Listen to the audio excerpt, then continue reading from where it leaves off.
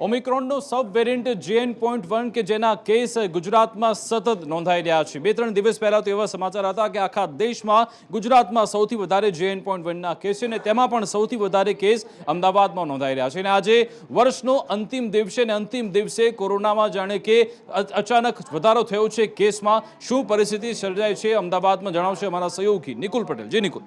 જી બિલકુલથી આજે 2023નો અંતિમ દિવસ છે અને તે પહેલાં જ અમદાવાદ માટે ચિંતાજનક સમાચાર સામે આવ્યા છે। દેશભર અને દુનિયાભરની અંદર JN.1નો જે ખતરો છે તે તોરાઈ રહ્યો છે અને તેવામાં દેશની અંદર પણ કેસ વધી રહ્યા છે, ત્યારે ગુજરાતમાં સતત સંક્રમણ વધતું જઈ રહ્યું છે અને તેમાં પણ અમદાવાદ શહેર એપી સેન્ટર ફરી એકવાર બની રહ્યું છે, કેમ કે આજે પણ કોરોનાના 21 કેસ છે તે અમદાવાદ શહેરની અંદર નોંધાયા છે। સતત પોઝિટિવ લોકોનો જે ગ્રાફ છે તે વધતો જઈ રહ્યો છે। મહત્વની બાબત છે કે અમદાવાદ શહેરના મોટાભાગના એરિયાઓ છે, નારણપુરા હોય, બોડકદેવ હોય, થલતેજ હોય કે પછી રાણીપ ન્યૂ રાણીપ સહિતના વિસ્તારો હોય કે પૂર્વના દાણીલ લીમડા સહિતના વિસ્તારો હોય, આ તમામ જગ્યાએ જે છે તે અત્યારે કેસ જોવા મળી રહ્યા છે। મહત્વની બાબત છે કે આજે જે 21 લોકો પોઝિટિવ આવ્યા છે તેમાંથી 15 પુરુષ છે, જ્યારે 6 જેટલી મહિલાઓ જે છે તે સંક્રમિત થઈ છે, જેમાં 8 લોકોની ટ્રાવેલિંગ હિસ્ટ્રી સામે આવી છે। જોકે અન્ય ઘણા એવા લોકો છે કે જે અમદાવાદથી બહાર પણ નથી ગયા, તેમ છતાં પણ તેમને કોરોનાનું સંક્રમણ લાગ્યું છે અને તેના કારણે તેઓ જે છે તે આજે કોરોના સંક્રમિત થઈ ચૂક્યા છે। મહત્વની બાબત એ પણ છે કે આ સંક્રમિતોમાંથી માત્ર એક જ વ્યક્તિને હોસ્પિટલમાં દાખલ કરવામાં આવ્યો છે અને અમદાવાદમાં સંક્રમિતોની સંખ્યા 60 પહોંચી ચૂકી છે। બિલકુલ, આભાર નિકુલ તમામ જાણકારી આપવા બદલ। વાત કરીશું ગુજરાતભરમાં ચકચાર મચાવનાર એવા ખેડા સિરપ કાંડ વિશે। અને આમાં જે મુખ્ય આરોપી ઝડપાયો છે યોગેશ સિંધી, તેની ધરપકડ બાદ અનેક ખુલાસા પણ થઈ રહ્યા છે। વધુ કેટલાક લોકો ઝડપાયા છે અને કેટલાક ખુલાસા પણ થયા છે। શું તપાસમાં બહાર આવ્યું છે જણાવશે અમારા સહયોગી જિગ્નેશ પટેલ। જી જિગ્નેશ। વાત કરવામાં વિકાસ, તો ખેડામાં જે સિરપ કાંડ થયો હતો તેમાં કુલ 7 લોકોના મૃત્યુ થયા અને હવે 8મી ધરપકડ આ કેસના અંદર પોલીસ દ્વારા કરવામાં આવી છે। એટલે કે જે યોગેશ સિંધીની ધરપકડ થઈ હતી તેના શાળાની ધરપકડ કરવામાં આવી છે, જેનું નામ ગોપીચંદ છે। ગોપીચંદે આ આખા કેસની અંદર જે કહી શકાય કે તેની સંડોવણી સામે આવી હતી, કારણ કે ઇથેનોલનું જે બિલ છે તે બિલ ગોપીચંદના બેંક એકાઉન્ટમાંથી કરવામાં આવતું હતું અને જે સેલ્ફ જનરેટેડ સિરપ બનાવવામાં આવતી હતી, જેમાં આલ્કોહોલ જે સેલ્ફ જનરેટ થતું હતું, તેમાં પણ તેની સંડોવણી સામે આવતા જે સિરપ બનાવનાર છે યોગેશ સિંધી, તેના શાળાની ગોપીચંદની પોલીસે ધરપકડ કરી છે અને હવે આ કેસની અંદર ધરપકડનો આંક છે તે 8 ઉપર પહોંચ્યો છે અને હવે આ કેસની અંદર ઇથેનોલ ક્યાંથી આવતું હતું, કેવી રીતે તેનું પેમેન્ટ થતું હતું અને અન્ય જે કેમિકલોની વેચણી છે તેને લઈને પણ વધુ કાર્યવાહી થઈ શકે છે।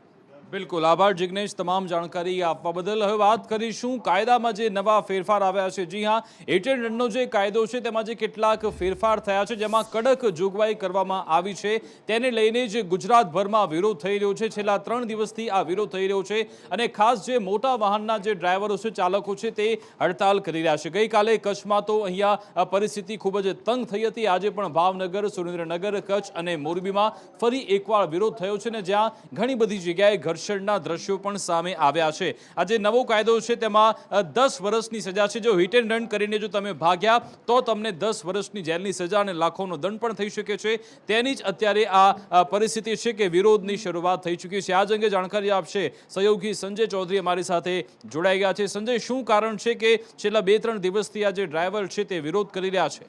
જે ડ્રાઈવરોની માંગ છે, કાયદો હમણાં થોડા સમય પહેલાં સંસદમાં એક કાયદો કરવામાં આવ્યો કે અકસ્માતના કેસ અટકાવવા માટે અથવા તો ઓછા થાય તે માટેનો પ્રયાસ કે જે ડ્રાઈવરો હિટ એન્ડ રનના ખાસ કિસ્સાઓ બનતા હોય છે, હાઈવે પર અકસ્માતના કિસ્સાઓ બનતા હોય તેના મામલેના જે નિયમો છે, જોગવાઈ છે, તે કડક કરવામાં આવ્યું છે કે અત્યારે કોઈ પણ કેસમાં હિટ એન્ડ રન હોય કે અકસ્માતના કેસમાં મૃત્યુ થઈ જાય છે અને ડ્રાઈવર સ્થળ ઉપરથી ફરાર થઈ જાય છે તો આવા કેસની અંદર 10 વર્ષની સજા અને 7 લાખ રૂપિયાના દંડની જોગવાઈ કરવામાં આવશે। અગાઉ આ સજા છે માત્ર 2 વર્ષની હતી। કેટલાક કિસ્સાઓની અંદર ડ્રાઈવરોને રાહત પણ મળી જતી હતી, પરંતુ હવે એ રાહત મળવાની શક્યતાઓ નથી, જેના કારણે થઈને આ કાયદાનો વિરોધ ડ્રાઈવરો દ્વારા કરવામાં આવ્યો છે। ખાસ કરીને ટ્રક એસોસિએશન, એમનું એવું કહેવું છે કે હંમેશા ડ્રાઈવરની જે હોય છે ભૂલ નથી હોતી। કેટલાક કિસ્સાઓ એવા છે કે સામેવાળા વ્યક્તિઓ અથવા તો સામેના વાહન ચાલકની ભૂલ હોય છે, તો આવા કેસમાં જો ડ્રાઈવર સ્થળ ઉપર રહે છે અને જે અકસ્માત પીડિત છે એનું મદદ કરવા જાય છે તો ડ્રાઈવર છે મોબ લિન્ચિંગનો ભોગ બની શકે છે। પરંતુ એમનું એ લોજિક સાચું છે, પરંતુ જ્યારે એ સ્થિતિ ગંભીર હોય છે, કોઈને જીવન મરણ વચ્ચે ઝોલા ખાતો હોય છે, ત્યારે એને બચાવવો જરૂરી પ્રાથમિકતા બનતી હોય છે। આજે ભાવનગરમાં પણ વિરોધ પ્રદર્શન કરવામાં આવ્યું, લીંબડીમાં ચક્કાજામ કરવામાં આવ્યું હતું અને ડ્રાઈવરોની એક જ માંગ છે કે આ કાયદો અથવા તો આ જે જોગવાઈ કરવામાં આવી છે તે રદ કરવામાં આવે. જો રદ કરવામાં નહીં આવે તો આગામી સમયમાં ઉગ્ર આંદોલન કરવામાં આવશે. જી બિલકુલ આભાર સંજય તમામ જાણકારી આપવા બદલ. તો જે વર્ષ 2023 રહ્યું છે તે ફક્ત નકલીના નામે રહ્યું છે. આપણે નકલી સીએમ અધિકારી, નકલી પીએમ અધિકારી બધું જ નકલી જોઈ લીધું. હવે ફક્ત એક વસ્તુ બાકી હતી, નકલી શાળા.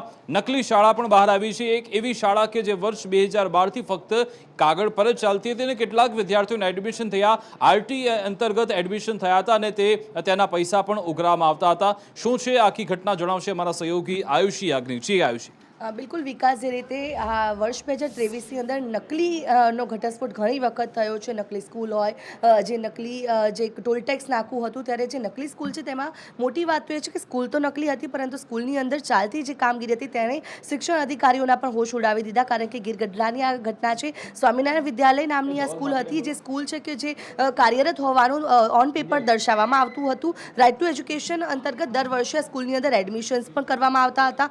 સરકાર તરફથી તમામ જે લાભો લેવામાં આવતા હતા.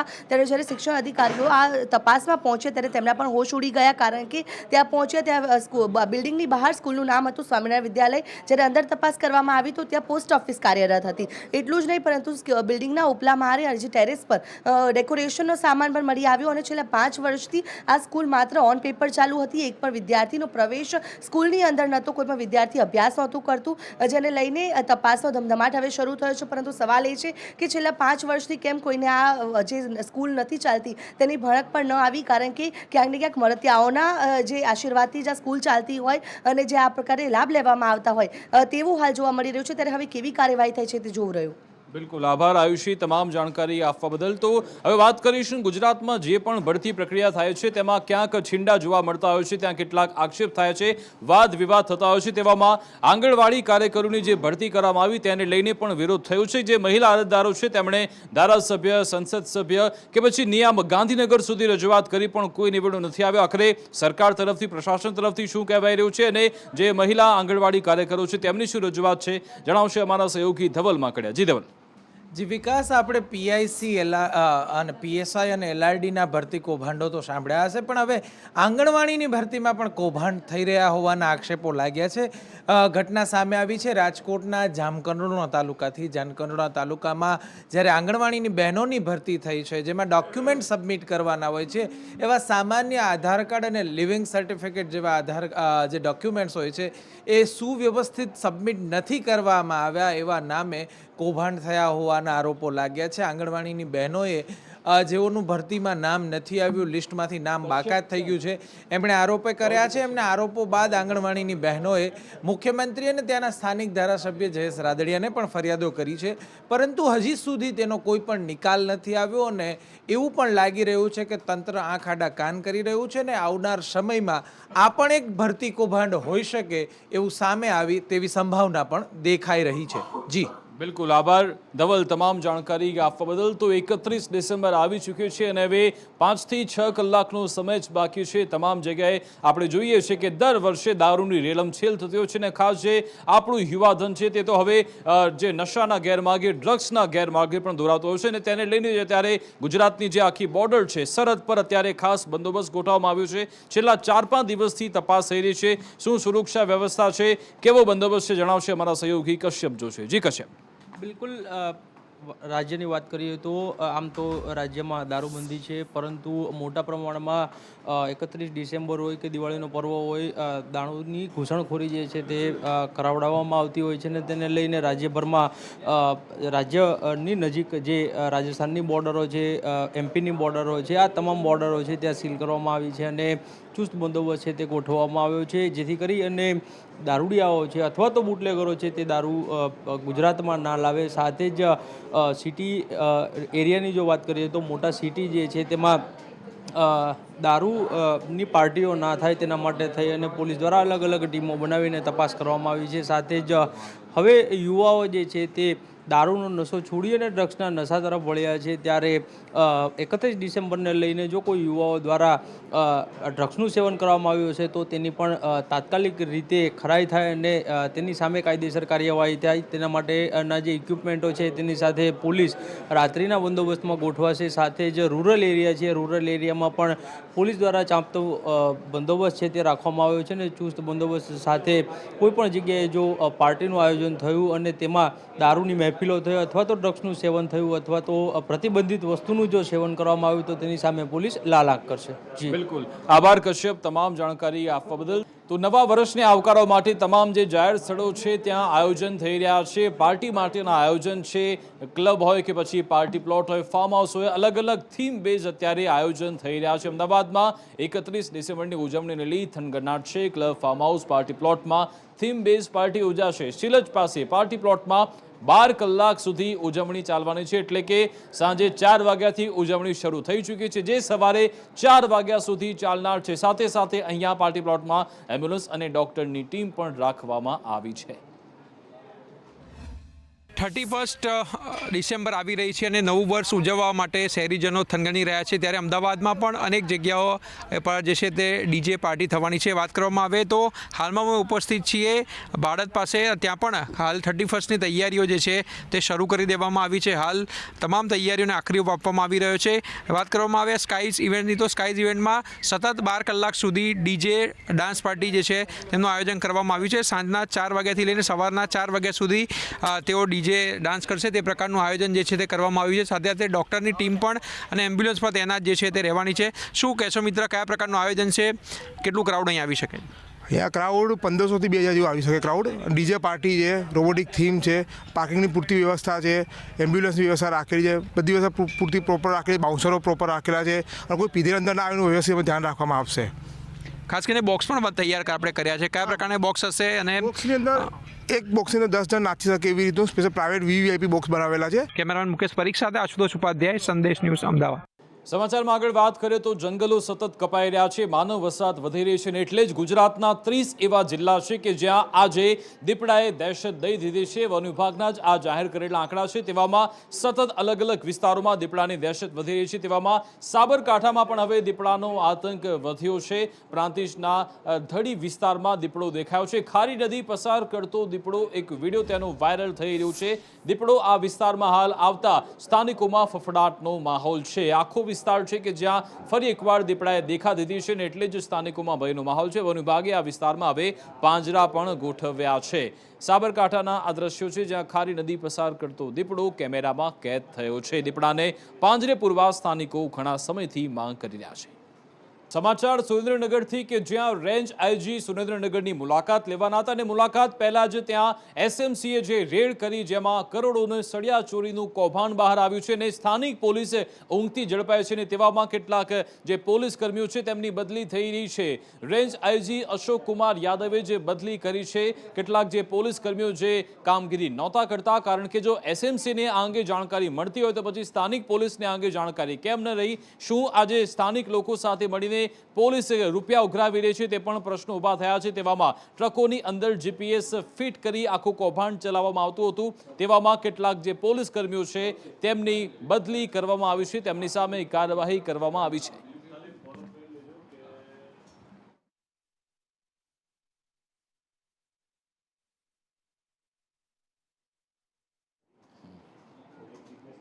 તો જે પણ જાહેર સ્થળો હોય છે જ્યાં મોટી સંખ્યામાં લોકો એકઠા થતા હોય છે ત્યાં જે ચોર હોય છે તેમને મોકળું મેદાન મળી જાય છે અને ચોરીને અંજામ આપતા હોય છે. અને આવી જ એક ચોરીની ઘટના સીસીટીવી કેમેરામાં સામે આવી છે, જ્યાં એક મંદિરની અંદર હજારોની સંખ્યામાં લોકો એકઠા થયા છે અને ત્યાં જે ચોર ટોળકી છે તે સક્રિય થઈ. કષ્ટભંજન મંદિરની આ ઘટના છે જ્યાં ચોર ટોળકી આવી હતી અને તેમણે ચોરીને અંજામ આપ્યો હતો, જ્યાં પાકીટ ચોરતા એક મહિલા અને પુરુષ ઝડપાઈ ગયા છે. તેમની સાથે જ્યારે તેમની તપાસ કરાઈ ત્યારે તેમની પાસેથી 69,000 કરતાં પણ વધારેનો મુદ્દામાલ મળી આવ્યો છે. તે અંગે હાલ કોની તેમણે ચોરી કરી છે, કયા વિસ્તારમાંથી તે આવ્યા છે, તે હાલ તપાસ થઈ રહી છે. તો આવી જે પણ જાહેર જગ્યા હોય છે, જાહેર સ્થળો હોય છે, ત્યાં લોકોએ ધ્યાન રાખવું જરૂરી હોય છે.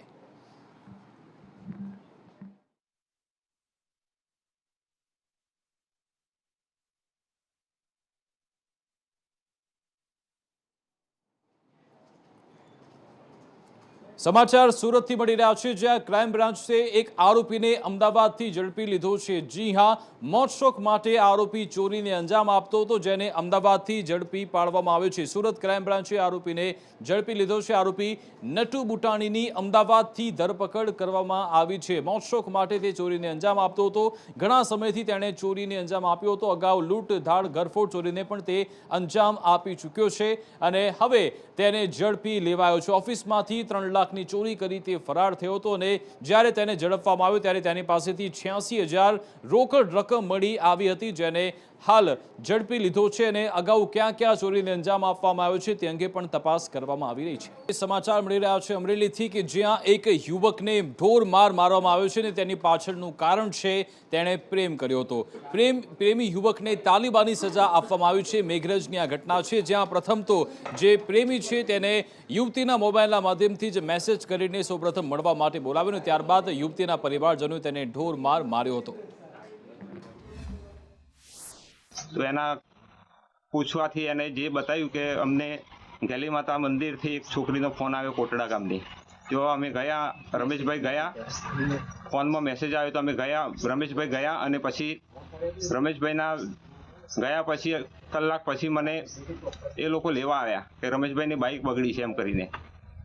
તો પછી રમેશભાઈ તો મને જોવા ના મળે, પણ તો જ એને મારા સાથે મારઝૂડ કરી. તો મારઝૂડ કર્યા પછી અમને કેવા ફેંકી દીધા એ મને હોશ નથી. અમે પણ ઈસરી પોલીસ સ્ટેશનમાં ન્યાય માટે ફરિયાદ કરેલી. 7 દિન સુધી કોઈ ન્યાય મળેલો નથી. અમારે ન્યાય જોઈએ. રમેશભાઈ એમને એક મંજુલાબેન નામની સ્ત્રી સાથે આડો સંબંધ હતો અને એને મળવા માટે આ લોકો દશેરાના દિવસે રાત્રે ત્યાં બ્રાહ્મણકોટડા ગામે ગયેલા. જે આ મંજુલાબેનના પરિવારજનોને સારું નહીં લાગતો એમને પકડી અને એમને સાથે મારામારી થયેલી અને એમને ત્યાં બાંધી કાઢવામાં આવેલા અને એમને ઈજાઓ પહોંચાડેલી. રમેશભાઈ તો હાલ પણ બેભાન જ છે અને કાળુભાઈ ખાંટ ભાનમાં આવતો એમની ફરિયાદ મેઘરજ પોલીસ સ્ટેશનમાં લેવામાં આવેલ છે અને આરોપીઓના વિરુદ્ધમાં ધરપકડ કરવા માટેની કાર્યવાહી ચાલુમાં છે.